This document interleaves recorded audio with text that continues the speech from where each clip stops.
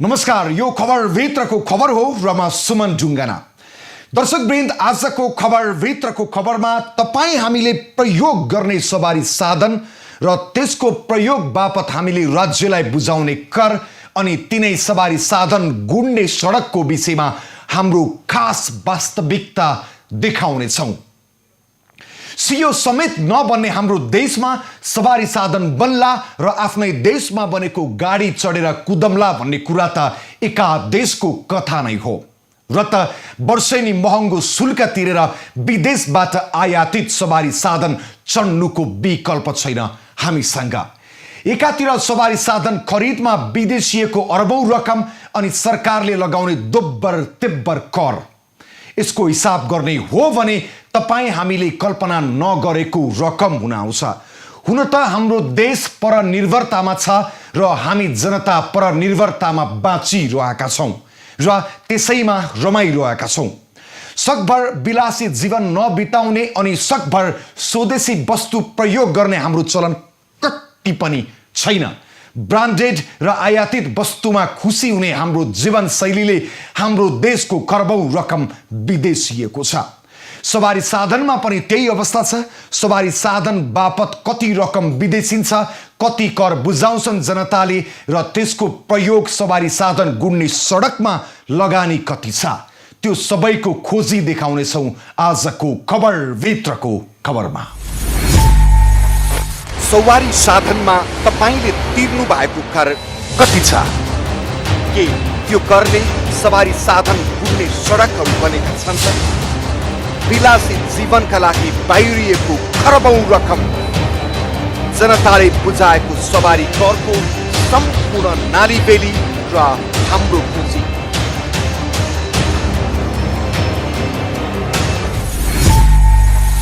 दर्शकवृन्द, सवारी साधनमा तपाईले तिरेको कर कति छ के तपाईलाई थाहा छ?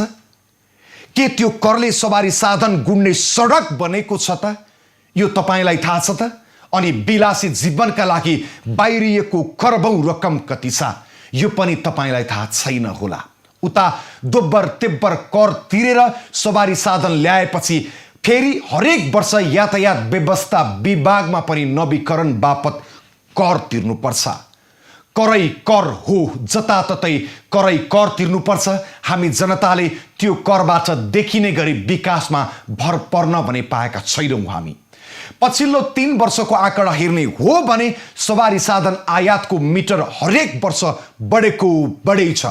त्यही मात्रामा कर सङ्कलन पनि भइरहेको छ। सवारी साधन आयात बापतको बाहिरिएको रकम र उठेको कर लगायतको वास्तविक तथ्याङ्क सहितको यो रिपोर्ट हेर्नुहोस्।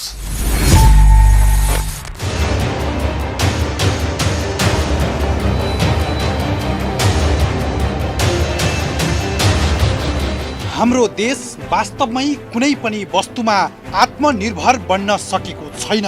हाम्रो भान्सामा दैनिक पाक्ने दाल चामलदेखि विलासीका महँगा सामान आयात गरिरहेका छौँ हामीले र तिनै सामान खरिद गरे बापत वर्षौने खरबौं रुपैयाँ बाहिरिरहेको छ। देशमा पनि सबैभन्दा बढी सवारी साधन आयात गर्दा विदेशिन्छ निकै ठुलो रकम। त्यसकारण दैनिक उपभोग गर्ने वस्तुदेखि विलासीका सामग्रीहरू समेतमा परनिर्भर बन्नु परेको यथार्थ छ हामीसँग।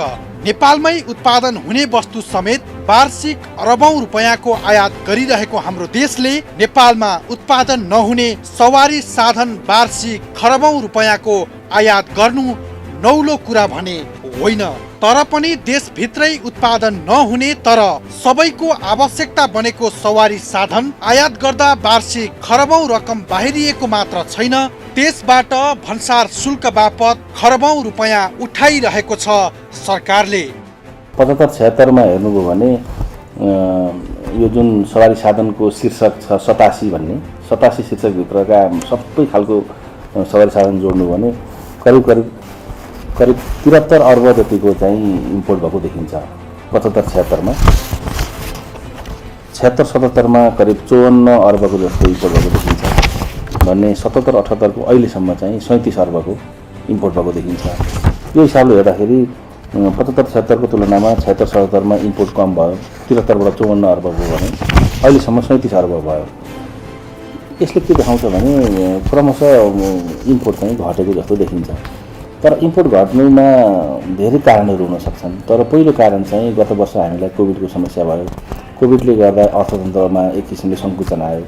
अर्थतन्त्रमा सङ्कुचन आउनुको मतलब यस्ता सवारी साधनहरू इम्पोर्ट कम भए अथवा विकास निर्माणका कामहरू कम भए, त्यसले गर्दा आवश्यक पर्ने इक्विपमेन्टहरू कम इम्पोर्ट भएको हिसाबले त्यो हुन सक्छ। विगत 3 वर्षदेखिको मात्रै सवारी साधन आयातको तथ्याङ्क हेर्ने हो भने निकै ठुलो सङ्ख्यामा रहेको छ। नेपालमा 22 देखि 28 वटा शीर्षकमा सवारी साधन भित्रने गरेका छन्। आर्थिक वर्ष 2075-76 मा मात्रै आयात गरिएका विभिन्न किसिमका सवारी साधनहरू यस प्रकार रहेका छन्। सवारी साधन सङ्ख्या ट्र्याक्टर तथा ट्रिलर सङ्ख्या 27,675। यस बापत उठेको भन्सार कर 2,19,43,04,000। बस 1,621 वटा। यस बापत उठेको भन्सार कर 1,28,60,48,000। मिनी बस 358 वटा। यस बापत उठेको भन्सार कर 63,25,46,000। माइक्रो बस 421 वटा। यस बापत उठेको भन्सार कर 41,20,78,000। जीप, कार र भ्यानहरू 21,462 वटा। यस बापत उठेको भन्सार कर 32,16,59,78,000। विद्युतबाट सञ्चालित जीप, कार र भ्यानहरू 2,170 वटा। यस बापत उठेको भन्सार कर 25,40,21,000। अटो रिक्सा, टेम्पो 13,629 वटा। यस बापत उठेको भन्सार कर 2,53,53,06,000। विद्युतबाट सञ्चालित 3 पाङ्ग्रे सवारी साधन 2,575 वटा। यस बापत उठेको भन्सार कर 51,05,78,000। डम्फर 10 वटा। भन्सार शुल्क नलागेको। डबल क्याब पिकअप गाडी 3,261 वटा। यस बापत उठेको भन्सार कर 5,53,09,37,000। सिङ्गल क्याब पिकअप गाडी 5,289 वटा। यस बापत उठेको भन्सार कर 3,66,31,29,000। ट्रक तथा मिनी ट्रक 5,823 वटा। यस बापत उठेको भन्सार कर 4,35,31,13,000। क्रेन तथा लहरी 13 वटा। यस बापत उठेको भन्सार कर 25,05,79,000।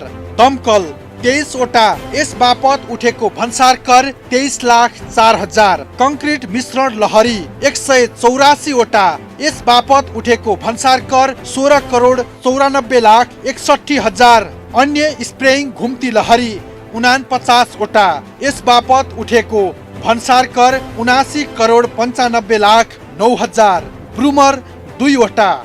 यस बापत उठेको भन्सार कर 22,07,000। डम्फर 16,908 वटा। यस बापत उठेको भन्सार कर 10,19,68,000। कारखाना वा स्टेसनमा प्रयोग हुने गाडीहरू 87 वटा। यस बापत उठेको भन्सार कर 14,97,000। मोटरसाइकल 1,03,054 वटा। यस बापत उठेको भन्सार कर 17,23,02,04,000। मोटरसाइकल अनएसेम्बल्ड 86,971 वटा। यस बापत उठेको भन्सार कर 6,81,91,80,000। विद्युतीय मोटरसाइकल 2,047 वटा। यस बापत उठेको भन्सार कर 24,03,29,000। आर्थिक वर्ष 2075-76 मा आयात भएका जम्मा सवारी साधन संख्या 3,73,622 वटा। आर्थिक वर्ष 2075-76 मा सवारी साधन आयातबाट सरकारलाई भन्सारबाट उठेको राजस्व 76,77,46,25,000। आर्थिक वर्ष 2075-76 मा सवारी साधन खरिद गरे बापत विदेशिएको रकम 73,54,83,27,000 रहेको थियो।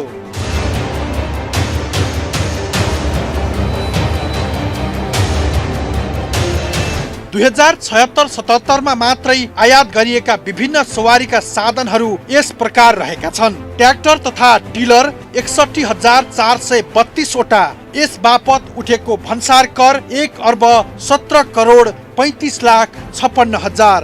बसको संख्या 554 वटा, यस बापत उठेको भन्सार कर 55,32,47,000। मिनी बस 2060 वटा, यस बापत उठेको भन्सार कर 46,49,52,000। माइक्रो बस 446 वटा, यस बापत उठेको भन्सार कर 45,45,87,000।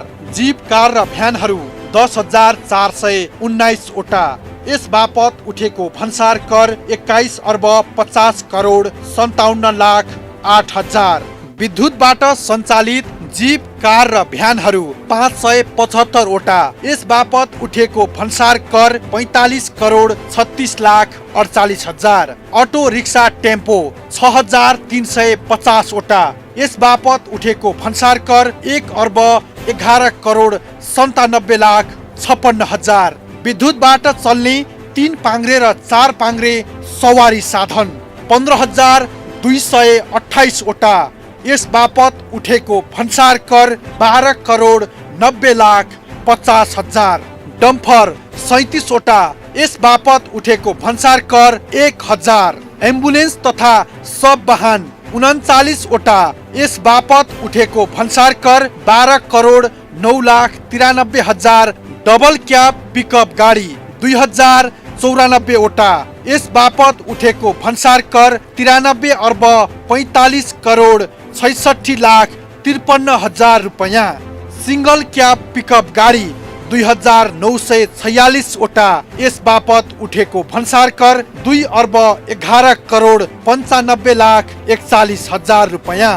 ट्रक तथा मिनी ट्रक 3,483 वटा, यस बापत उठेको भन्सार कर 2,72,83,16,000 रुपैयाँ। क्रेन तथा लहरी 12 वटा, यस बापत उठेको भन्सार कर 8,01,43,000 रुपैयाँ। दमकल 18 वटा, यस बापत उठेको भन्सार कर 1,40,06,000 रुपैयाँ। कंक्रिट मिश्रण लहरी 130 वटा, यस बापत उठेको भन्सार कर 10,90,48,000।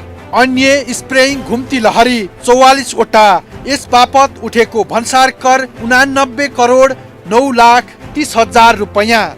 ब्रुमर 5 वटा, यस बापत उठेको भन्सार कर 12,08,25,000। डम्फर 29,794 वटा, यस बापत उठेको भन्सार कर 71,04,80,000 रुपैयाँ। ट्र्याक्टरको चेसिस 41 वटा, यस बापत उठेको भन्सार कर 76,68,000। कारखाना वा स्टेसनमा प्रयोग हुने गाडीहरू 208 वटा, यस बापत उठेको भन्सार कर 89,09,000 रुपैयाँ। मोटरसाइकल 1,54,006 वटा, यस बापत उठेको भन्सार कर 14,47,47,23,000। मोटरसाइकल अन एसेम्बल्ड 53,438 वटा, यस बापत उठेको भन्सार कर 4,75,42,13,000 रुपैयाँ। विद्युतीय मोटरसाइकल 1,349 वटा, यस बापत उठेको भन्सार कर 28,04,10,000। आर्थिक वर्ष 2076-77 मा आयात भएका जम्मा सवारी साधनको संख्या 3,42,905 रहेका छन्। सोही वर्ष सवारी साधन आयात गर्दा सरकारलाई भन्सारबाट उठेको राजस्व 53,47,72,78,000 रहेको थियो। आर्थिक वर्ष 2076-77 मा वर्षभरि सवारी साधन खरिद गरे बापत विदेशिएको रकम 54,30,67,12,000 रहेको छ।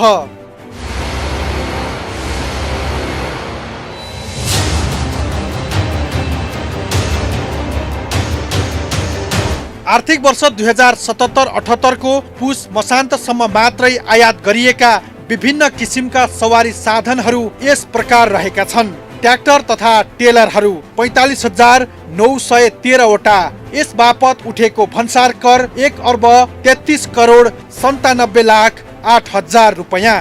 बस 82 वटा। यस बापत उठेको भन्सार कर 55,13,08,000 रुपैयाँ। मिनी बस 70 वटा। यस बापत उठेको भन्सार कर 12,59,53,53,000 रुपैयाँ। माइक्रो बस 67 वटा। यस बापत उठेको भन्सार कर 55,68,000 रुपैयाँ। जीप कार र भ्यानहरू 7,334 वटा। यस बापत उठेको भन्सार कर 16,67,97,63,000। अटो रिक्सा टेम्पो 879 वटा। यस बापत उठेको भन्सार कर 14,17,98,000। विद्युतबाट चल्ने 3 पाङ्ग्रे र 4 पाङ्ग्रे सवारी साधन 1,500 वटा। यस बापत उठेको भन्सार कर 83,26,08,000 रुपैयाँ।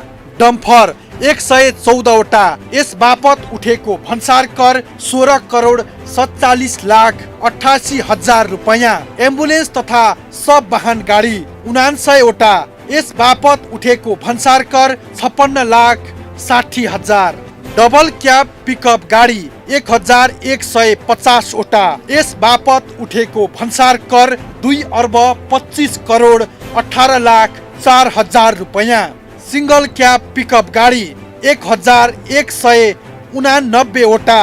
यस बापत उठेको भन्सार कर 1,55,52,60,000। ट्रक तथा मिनी ट्रक 2,153 वटा। यस बापत उठेको भन्सार कर 1,37,23,25,000 रुपैयाँ। क्रेन तथा लहरी 4 वटा। यस बापत उठेको भन्सार कर 86,48,000।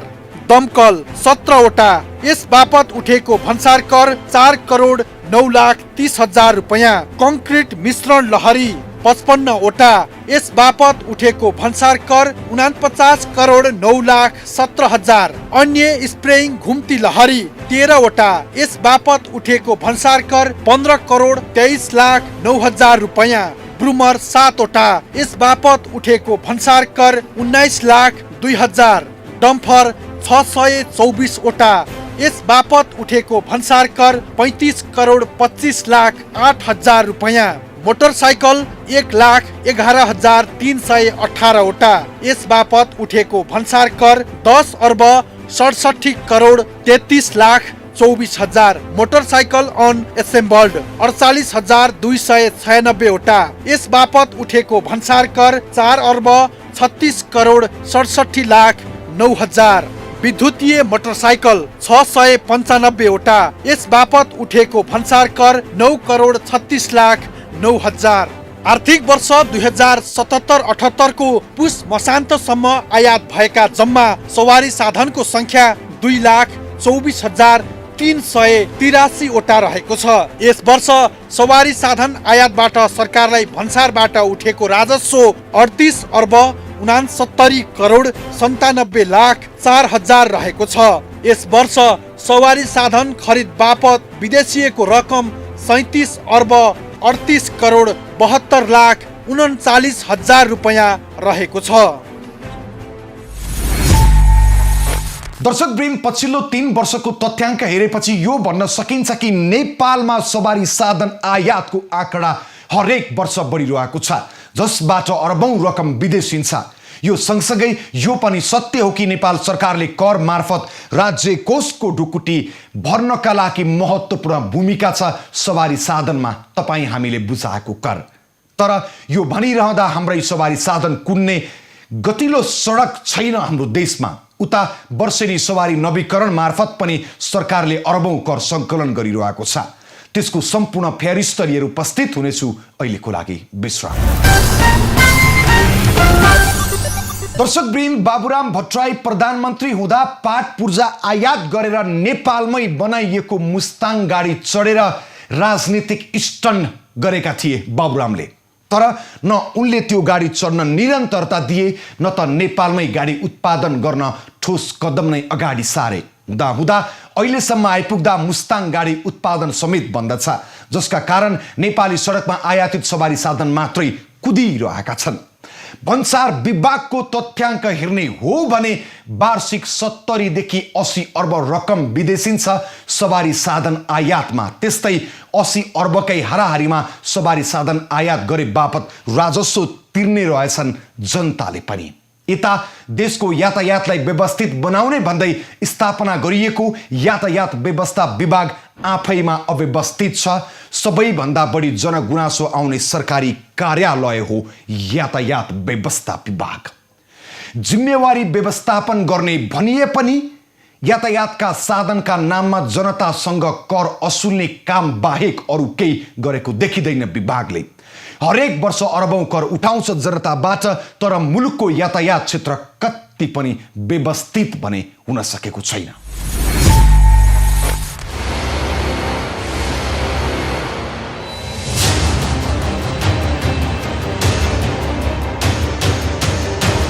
दर्शकवृन्द, सवारी साधनलाई व्यवस्थापन गर्न स्थापना भएको हो यातायात व्यवस्था विभाग, तर यो नाम मात्रको व्यवस्था विभाग बनेको छ। सवारी साधन व्यवस्थापन गर्न भने सकेको छैन।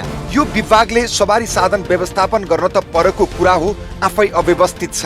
यसरी अव्यवस्थित बनेको यातायात व्यवस्था विभागमा सेवाग्राहीहरूले कर तिर्न होस् वा सवारी साधन नवीकरण गर्न नै किन नहोस्, समयमा सेवा पाउन निकै मुस्किल छ। यातायात व्यवस्था कार्यालयको हकीकत उही पुरानै छ। कहिले सर्भर डाउन हुने त कहिले प्राविधिक समस्या भन्छन् अधिकारीहरू। यिनै समस्याका कारण सेवाग्राहीहरू केही मिनेटमा हुने कामको लागि घण्टौंसम्म लाइन लागेर दिन बिताउन बाध्य छन्। यो समस्या हरेक प्रदेशका कार्यालयमा देखिन्छ। यता यातायात व्यवस्था विभाग आफै व्यवस्थित हुन सकेको छैन भने सवारी साधन कसरी व्यवस्थित गर्छ होला? बिचौलियाहरूलाई घुस दिए समयमै काम बन्ने, तर सोझो हिसाबले गयो भने एउटै कामका लागि पनि दिन बिताउनु पर्ने बाध्यताका बीच पनि जनताले जेन तेन कर भने तिरिरहेका छन्। अनि सरकारको ढुकुटीमा अरबौं रुपैयाँ जम्मा भएकै छ, तर जनताको ढाड सेकेर जनताबाटै चर्को रकम असुलेर अरबौं रुपैयाँ उठाएको विभागले के जनतालाई त्यही अनुसारको सुविधा भने दिएको छ त? यो प्रश्नको जवाब पाउन सकेका छैनन् अहिलेसम्म आम जनताले। अनि खोजेको बेला उनीहरूसँग कुनै सवारी साधनको विवरण नै भेटिँदैन भने तथ्याङ्क समेत राख्न सकेका छैनन्। सवारी साधनको व्यवस्था गर्ने जिम्मा पाएको यातायात व्यवस्था विभागको भनाइ के छ हेर्नुहोस्। त्यसलाई एक्ज्याक्टली भन्न सकिँदैन। किन सकिँदैन भने त्यसको दुई तिनवटा कारण छ।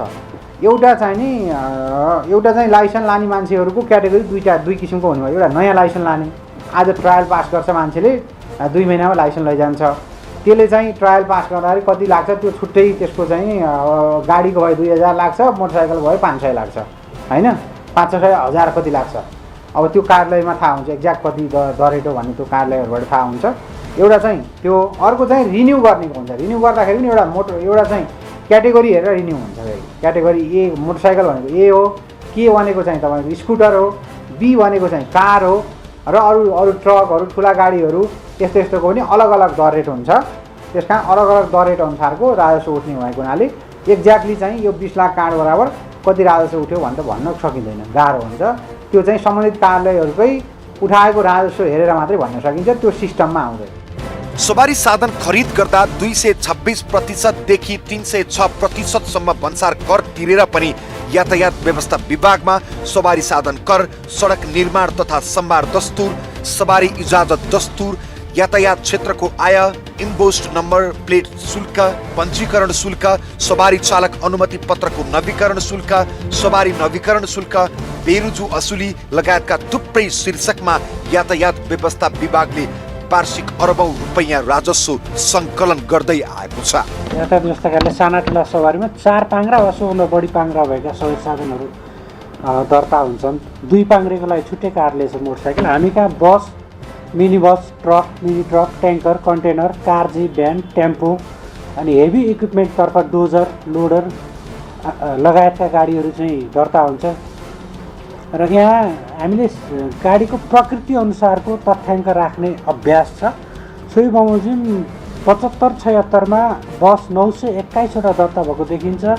त्यसै गरी मिनी बस 565 वटा, truck, mini truck, tanker, container 1525 वटा, कार, जीप, भ्यान साना सवारी भन्छौँ हामी यसलाई कार जिप भ्यान 16,577 थान दर्ता भएको देखिन्छ। टेम्पो हाल दर्ता छैन। टेम्पो चाहिँ 65-66बाट यता दर्ता हुँदैन, दर्ता छैन। विगतमा दर्ता भएका सवारी साधनहरू सञ्चालनमा देख्नुहुन्छ यहाँले सडकमा। हेभी इक्विपमेन्टतर्फ dozer, loader, grader, crane, roller 1012 थान दर्ता भएको देखिन्छ। एम्बुलेन्स 119वटा दर्ता भएको छ। पिकअप 4628 थान, त्यसै गरी स्काइभेटर 684 थान, टिपर 1556 थान र कूटनैतिक गाडी भन्छौँ निलो प्लेटमा सञ्चालन हुन्छ यहाँले देख्नुहुन्छ। डिप्लोमेटिक भेहिकलहरू 135 थान र माइक्रो बस 371 गरेर आर्थिक वर्ष 75-76मा कुल 28,093 थान सवारी साधनहरू दर्ता भयो। गत आर्थिक वर्ष र चालु आर्थिक वर्षको पुस मसान्तसम्म यातायात व्यवस्था विभागले सङ्कलन गरेको राजस्वको विवरण हेर्नुहोस्। आर्थिक वर्ष 2074-75 मा भएको राजस्व सङ्कलनको विवरण प्रदेश नम्बर 1 सवारी साधन कर 1,16,17,81,920 रुपैयाँ। सडक निर्माण तथा सम्भार दस्तुर 5,91,29,341 रुपैयाँ। सवारी चालक अनुमति पत्र र सवारी इजाजत पत्रको दस्तुर 37,52,54,734 रुपैयाँ। यातायात क्षेत्र आमदानी 7,36,84,798 रुपैयाँ। प्रशासनिक दण्ड जरिवाना 39 लाख। यसरी जम्मा 2,12,67,51,277 रुपैयाँ प्रदेश 1 बाट राजस्व सङ्कलन भएको देखिन्छ। त्यस्तै गरी विभिन्न शीर्षकमा प्रदेश नम्बर 2 बाट 4,26,93,30,266 रुपैयाँ राजस्व सङ्कलन भएको छ। त्यस्तै बागमती प्रदेशबाट 12,13,85,42,461 रुपैयाँ राजस्व सङ्कलन भएको छ। त्यस्तै गण्डकी प्रदेशबाट 12,02,03,461 रुपैयाँ राजस्व सङ्कलन भएको छ। लुम्बिनी प्रदेशबाट विभिन्न शीर्षकमा 3,30,04,44,153 रुपैयाँ राजस्व सङ्कलन भएको सरकारी कागजमा देखिन्छ। कर्णाली प्रदेशबाट 9,21,87,040 रुपैयाँ राजस्व सङ्कलन भएको छ। सुदूरपश्चिम प्रदेशबाट 51,74,60,590 रुपैयाँ राजस्व सङ्कलन भएको थियो। त्यस्तै आर्थिक वर्ष 2074-75 मा कुल सङ्कलन भएको रकम पनि हेर्नुहोस्। सवारी साधन कर 10,65,76,79,179 रुपैयाँ। सडक निर्माण तथा सम्भार दस्तुरमा 9,43,36,90,074 रुपैयाँ। सवारी चालक अनुमति पत्र र सवारी इजाजत पत्रको दस्तुर 2,84,70,33,613 रुपैयाँ। इम्पोस्ट नम्बर प्लेट शुल्क 1,95,68,194 रुपैयाँ। यातायात क्षेत्रको दस्तुर 68,60,74,752 रुपैयाँ। प्रशासनिक दण्ड जरिवाना 54,64,725 रुपैयाँ। बेरुजु 3,88,810 रुपैयाँ गरी जम्मा राजस्व 23,64,49,19,347 रुपैयाँ राजस्व सङ्कलन भएको देखिन्छ। त्यस्तै आर्थिक वर्ष 2075-76 मा 28,17,34,00,000 र आर्थिक वर्ष 2076-77 मा कुल 26,41,35,00,000 कर जनताले तिरेका थिए। चालु आर्थिक वर्षको पुस मसान्तसम्म 13,36,52,00,000 राजस्व सङ्कलन भइसकेको छ।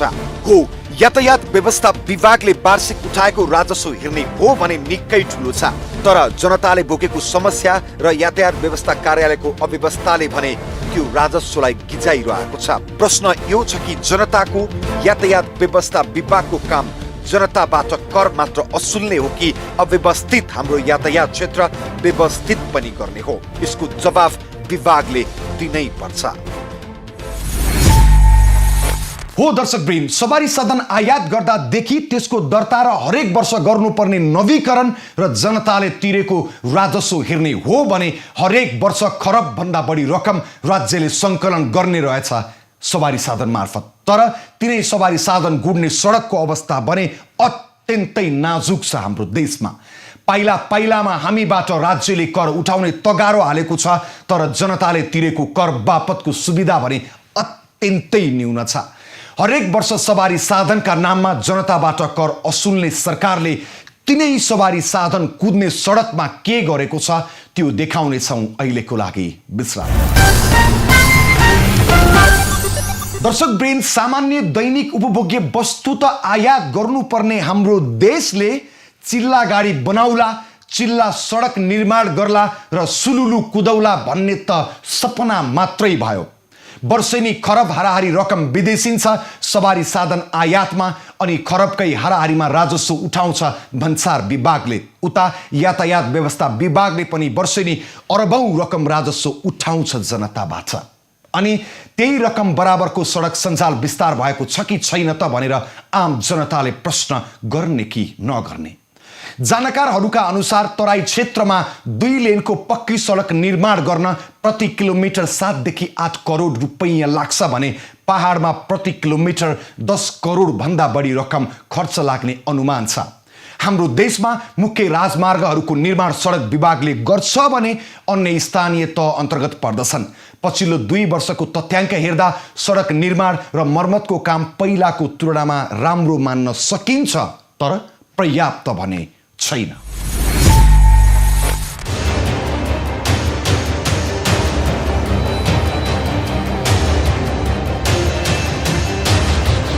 हो, जनताले लाखौं करोडौं मूल्य तिरेर खरिद गरेका चिल्ला गाडी उडाउनको लागि सरकारले चिल्ला सडक निर्माण गरिदिए हुन्थ्यो भन्ने आम नागरिकको चाहना छ।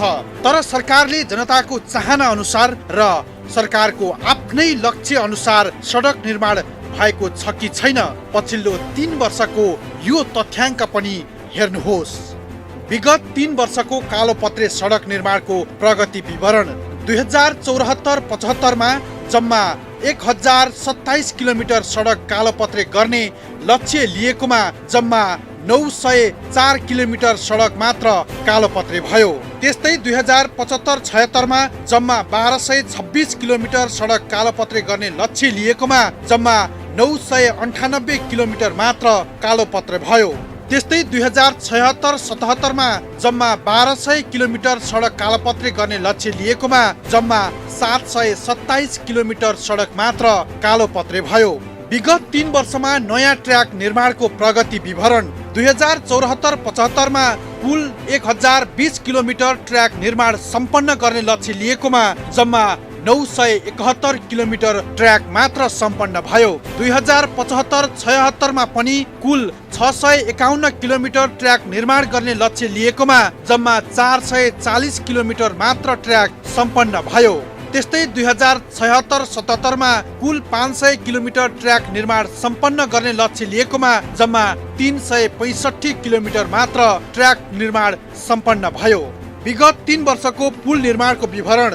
2074-75 मा कुल 100 पुल निर्माण गर्ने लक्ष्य लिएकोमा जम्मा 82 वटा पुलको निर्माण कार्य सम्पन्न भएको थियो। त्यस्तै 2075-76 मा पनि कुल 300 वटा पुल निर्माण गर्ने लक्ष्य लिएकोमा जम्मा 243 वटा मात्र पुलको निर्माण कार्य सम्पन्न भएको थियो। त्यस्तै 2076-77 मा कुल 300 वटा पुल निर्माण कार्य सम्पन्न गर्ने लक्ष्य लिएकोमा जम्मा 210 वटा पुलको निर्माण कार्य सम्पन्न भएको थियो। विगत 3 वर्षको आवधिक मर्मत सम्भारको प्रगति विवरण। 2074-75 मा कुल 600 किलोमिटर आवधिक मर्मत सम्भार गर्ने लक्ष्य लिएकोमा जम्मा 332 किलोमिटर मात्र आवधिक मर्मत सम्भार सम्पन्न भएको थियो। 2075-76 मा कुल 334 किलोमिटर आवधिक मर्मत सम्भार गर्ने लक्ष्य लिएकोमा जम्मा 230 किलोमिटर मात्र आवधिक मर्मत सम्भार सम्पन्न भएको थियो। त्यस्तै 2076-77 मा 524 किलोमिटर आवधिक मर्मत सम्भार गर्ने लक्ष्य लिएकोमा कुल 360 किलोमिटर आवधिक मर्मत सम्भार कार्य मात्र सम्पन्न भएको छ। हो दर्शकवृन्द, पछिल्लो 3 वर्षको सडक निर्माण र कालोपत्रे त्यसै गरी पुल निर्माणको तथ्याङ्क हेर्ने हो भने कुनै पनि वर्ष लक्ष्य अनुसार काम भएको देखिँदैन। वर्षिने खरब हाराहारी रकम विदेशिन्छ सवारी साधन आयातमा अनि खरबकै हाराहारीमा राजस्व उठाउँछ भन्सार विभागले। यता यातायात व्यवस्था विभागले पनि वर्षिने अरबौं रकम राजस्व उठाउँछ जनताबाट अनि त्यही रकम बराबरको सडक सञ्जाल विस्तार भएको छ कि छैन भन्ने जनताको प्रश्नको चित्त बुझ्दो जवाब छैन सम्बन्धित निकायसँग पनि। ठुला सडक सञ्जाल निर्माणको जिम्मा पाएको सरकारी निकाय सडक विभाग पनि स्वीकार छ आफूहरूले लक्ष्य अनुसार काम गर्न नसकेको यथार्थलाई। सडक विभागले जति बजेट विनियोजन भएको छ त्यो विनियोजन भएको बजेटमध्ये धेरै प्रतिशत हामीले खर्च गरेका छौँ। जनजन 80-90% खर्च भएको पनि रहेको छ। तर विगतको वर्षहरूको तुलना हेर्दा जस्तो 74-75 मा हेऱ्यो भने हामीसँग 79 अर्ब रुपियाँ चाहिँ हामीलाई बजेट विनियोजन भएको थियो भने 81 अर्ब खर्च भएको थियो। अब प्रतिशत त्यो निकाल्न सकिन्छ होइन। 75-76 मा 108 अर्ब चाहिँ विनियोजन भएको थियो भने हामीसँग 79 झन्डै 80 अर्ब चाहिँ हाम्रो खर्च भएको अवस्था छ। र 76-77 मा 127 अर्ब चाहिँ विनियोजन भएको थियो र त्यसमा 69 अर्ब गएको यो कोरोनाले गर्दाखेरि यसमा चाहिँ गएको वर्ष त्यति प्रगति हुन सकेन। कालोपत्र सडकहरूको सिनारी हेर्ने हो भनेदेखि 74-75 मा 1027 किलोमिटर चाहिँ कालोपत्र भनेको यो अपग्रेडिङलाई पनि हामीले चाहिँ कालोपत्रमै राख्छौँ। जुन 2 लेनको सडक थियो 4 लेन बनाइयो भने त्यसलाई पनि नयाँ उसमा राख्छौँ। त्यसमा 904 किलोमिटर 74-75 मा हामीले सम्पन्न गरेका थियौँ भने 75-76 मा हाम्रो 1226 किलोमिटर हाम्रो लक्ष्य थियो। 988 किलोमिटर हामीले सम्पन्न गऱ्यौँ भने 76-77 मा पनि 1200 किलोमिटर नै चाहिँ लक्ष्य थियो। त्यसमा 729 किलोमिटर गत वर्षको चाहिँ हाम्रो प्रगति अलिकति कम छ यो कोरोना कोभिडको कारणले गर्दाखेरि। यहाँले भने जस्तो यो नयाँ ट्र्याक निर्माणको लक्ष्य पनि 74-75 मा 1020 किलोमिटर थियो 971 किलोमिटर भयो। त्यस्तै गरेर 75-76 मा 651 किलोमिटर लक्ष्य राखिएको थियो भने 440 किलोमिटर चाहिँ नयाँ ट्र्याक निर्माण भएको छ। र 76-77 मा 500 किलोमिटर लक्ष्य राखिएको थियो त्यो चाहिँ 365 किलोमिटर। यो कालो मतलब नयाँ ट्र्याकको चाहिँ पछि यो ग्राभलमा अनि त्यसपछि कालोपत्रमा चाहिँ अपग्रेड हुँदै जाने भएर यसको चाहिँ लम्बाइ चाहिँ बिस्तारै घट्दै जान्छ। हाम्रा धेरै आयोजनाहरूमा अहिले हामीलाई त्यो हामी त्यसमा चाहिँ सफल भइरहेका छौँ होइन। के भएको छ भन्दाखेरि हाम्रो पूर्व तयारी चाहिँ गर्न नपाउँदै हामीले ठेक्कामा जान्छौँ होइन। अनि ठेक्कामा गइसकेपछि पूर्व तयारी नभएका कारणले गर्दा त्यो ठेक्का लम्बिन जान्छ। अनि ती समस्याहरू सल्भ गर्दै काम गर्दै जाँदाखेरि चाहिँ त्यो जुन टाइम ओभररन भनौँ न कन्ट्र्याक्टको चाहिँ बढ्छ। त्यसले सर्टेन केसमा चाहिँ कस्ट पनि बढ्ने सम्भावना पनि हुन्छ होइन।